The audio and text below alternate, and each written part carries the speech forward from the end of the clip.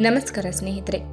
Dry fruits ಜಾತಿಗೆ ಸೇರಿರುವ ಬಾದಾಮಿ ಬೀಜಗಳು ತಮ್ಮಲ್ಲಿ ಅಪಾರವಾದ ಆರೋಗ್ಯದ ಪ್ರಯೋಜನಗಳನ್ನು ಒಳಗೊಂಡಿವೆ.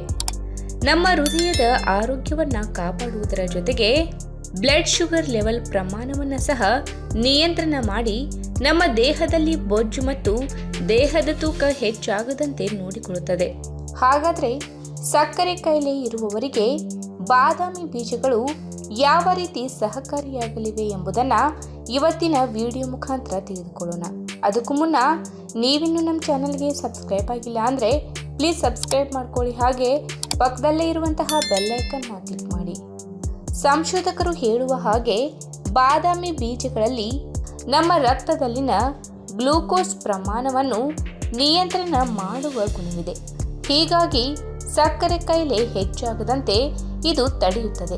ನಿಯಮಿತವಾಗಿ ಬಾದಾಮಿ ಬೀಜಗಳನ್ನು ಆಹಾರ ಪದ್ಧತಿಯಲ್ಲಿ ಸೇರಿಸಿಕೊಂಡು ಈ ಪ್ರಯೋಜನಗಳನ್ನು ಪಡೆದುಕೊಳ್ಳಬಹುದು.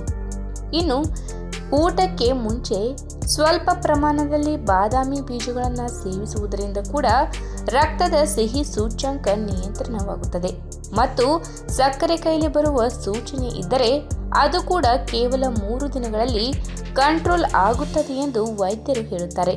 ಬಾದಾಮಿ ಬೀಜಗಳಲ್ಲಿ ನಾರಿನ ಪ್ರಮಾಣ, ಜಿಂಕ್ ಮತ್ತು ಮ್ಯಾಗ್ನೀಷಿಯಂ ಕೂಡ ಇರುವುದರಿಂದ ಇವೆಲ್ಲವೂ ಒಟ್ಟಿಗೆ ಕೆಲಸ ಮಾಡಿ ನಮ್ಮ ಹೊಟ್ಟೆ ಹಸಿವನ್ನು ನಿಯಂತ್ರಣ ಮಾಡುವುದರ ಜೊತೆಗೆ ಸಕ್ಕರೆ ಕಾಯಿಲೆಯನ್ನು ಸಹ ಕಂಟ್ರೋಲ್ ಮಾಡುತ್ತವೆ. ಇನ್ನು ನಮ್ಮ ಮೆಟಬಾಲಿಸಂ ಪ್ರಕ್ರಿಯೆ ಉತ್ತಮಗೊಳ್ಳುವ ಸೂಚನೆ ನಮಗೆ ಬಾದಾಮಿ ಬೀಜಗಳಿಂದ ಸಿಗುತ್ತದೆ ಮತ್ತು ಇದರಿಂದ ನಮ್ಮ ಬ್ಲಡ್ ಗ್ಲೂಕೋಸ್ ಲೆವೆಲ್ ಸಹಜ ಸ್ಥಾನಕ್ಕೆ ಮರಳುತ್ತದೆ.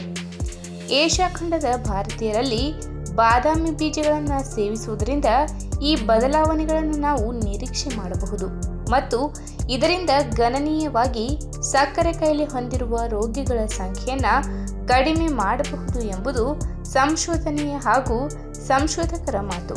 ಹಾಗಾಗಿ ಬಾದಾಮಿ ಬೀಜಗಳು ಹಾಗೆ ತಿಂದರೂ ನೆನೆ ಹಾಕಿ ತಿಂದರೂ ದೇಹಕ್ಕೆ ಒಳ್ಳೆಯದೆ. ಅದರಲ್ಲೂ ಸಕ್ಕರೆ ಕಾಯಿಲೆ ಇರುವವರಿಗೆ ಬಾದಾಮಿ ಬೀಜಗಳು ವರದಾನವೇ ಸರಿ.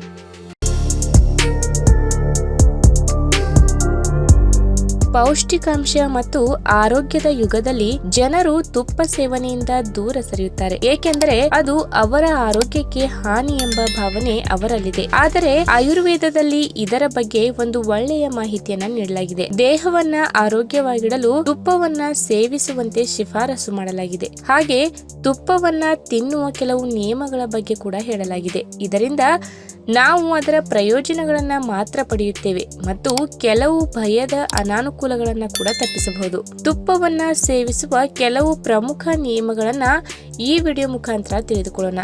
ಅದಕ್ಕಿಂತ ಮುಂಚೆ ನೀವಿನ್ನೂ ನನ್ನ ಚಾನಲ್ಗೆ ಸಬ್ಸ್ಕ್ರೈಬ್ ಆಗಿಲ್ಲ ಅಂದ್ರೆ ಪ್ಲೀಸ್ ಸಬ್ಸ್ಕ್ರೈಬ್ ಮಾಡ್ಕೊಳ್ಳಿ, ಹಾಗೆ ಪಕ್ಕದಲ್ಲಿರುವಂತಹ ಬೆಲ್ ಐಕನ್ನ ಕ್ಲಿಕ್ ಮಾಡಿ. ಎತ್ತರಕ್ಕನುಗುಣವಾಗಿ ದೇಹದ ತೂಕ ಎಷ್ಟಿರಬೇಕು, ನೀವು ದಪ್ಪವಾಗಿದ್ದೀರಾ ಎಂದು ಪರಿಶೀಲಿಸಿ ತುಪ್ಪದ ಬಳಕೆಯ ಬಗ್ಗೆ ಆಯುರ್ವೇದ ತಜ್ಞರ ಪ್ರಕಾರ ನೀವು ತುಪ್ಪದ ಸಂಪೂರ್ಣ ಪ್ರಯೋಜನವನ್ನ ಪಡೆಯಲು ಬಯಸಿದರೆ ಅದನ್ನ ಬಿಸಿ ಆಹಾರದೊಂದಿಗೆ ಮಾತ್ರ ಸೇವಿಸಬೇಕು. ಬಿಸಿ ಚಪಾತಿ, ಬಿಸಿ ರೊಟ್ಟಿ, ಬಿಸಿ ಅನ್ನ ಇತ್ಯಾದಿ ಆಹಾರಗಳಲ್ಲಿ ತುಪ್ಪ ಸೇರಿಸಿ ನೀವು ಸೇವಿಸಬಹುದು. ನೀವು ತಣ್ಣನೆಯ ಪದಾರ್ಥಗಳೊಂದಿಗೆ ತುಪ್ಪವನ್ನ ಸೇವಿಸಬಾರದು. ತಜ್ಞರ ಪ್ರಕಾರ ಅರ್ಧ ಟೀ ಚಮಚ ಶುಂಠಿ ಪುಡಿ ಮತ್ತು ಅರ್ಧ ಚಮಚ ದೇಸಿ ತುಪ್ಪವನ್ನ ಕಡಿಮೆ ಕೊಬ್ಬಿನ ಮಜ್ಜಿಗೆಯಲ್ಲಿ ಸೇವಿಸಬಹುದು. ಇನ್ನು ಬೆಳಿಗ್ಗೆ ತುಪ್ಪವನ್ನ ಹೇಗೆ ಸೇವಿಸಬೇಕು ಅಂದ್ರೆ ತಜ್ಞರ ಪ್ರಕಾರ ಬೆಳಿಗ್ಗೆ 1 ಲೋಟ ಉಗುರು ಬೆಚ್ಚಗಿನ ನೀರಿನಲ್ಲಿ 1 ಚಮಚ ತುಪ್ಪ ಬೆರೆಸಿ ಕುಡಿಯಬೇಕು.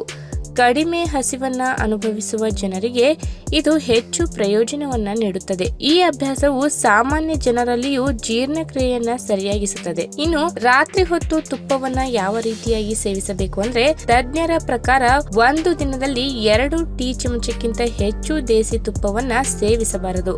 ಆದ್ದರಿಂದ ನೀವು ರಾತ್ರಿ ತುಪ್ಪವನ್ನ ಸೇವಿಸುತ್ತಿದ್ದರೆ ನಂತರ ಬೆಳಿಗ್ಗೆ ನೀವು 1 ಚಮಚ ತುಪ್ಪವನ್ನ ಉಗುರು ಬೆಚ್ಚಗಿನ ಹಾಲು ಅಥವಾ ನೀರಿನೊಂದಿಗೆ ಬೆರೆಸಿ ಸೇವಿಸಬಹುದು. ಈ ಕಾರಣದಿಂದಾಗಿ ಆರೋಗ್ಯ ಯಾವಾಗಲೂ ಸರಿಯಾಗಿರುತ್ತದೆ.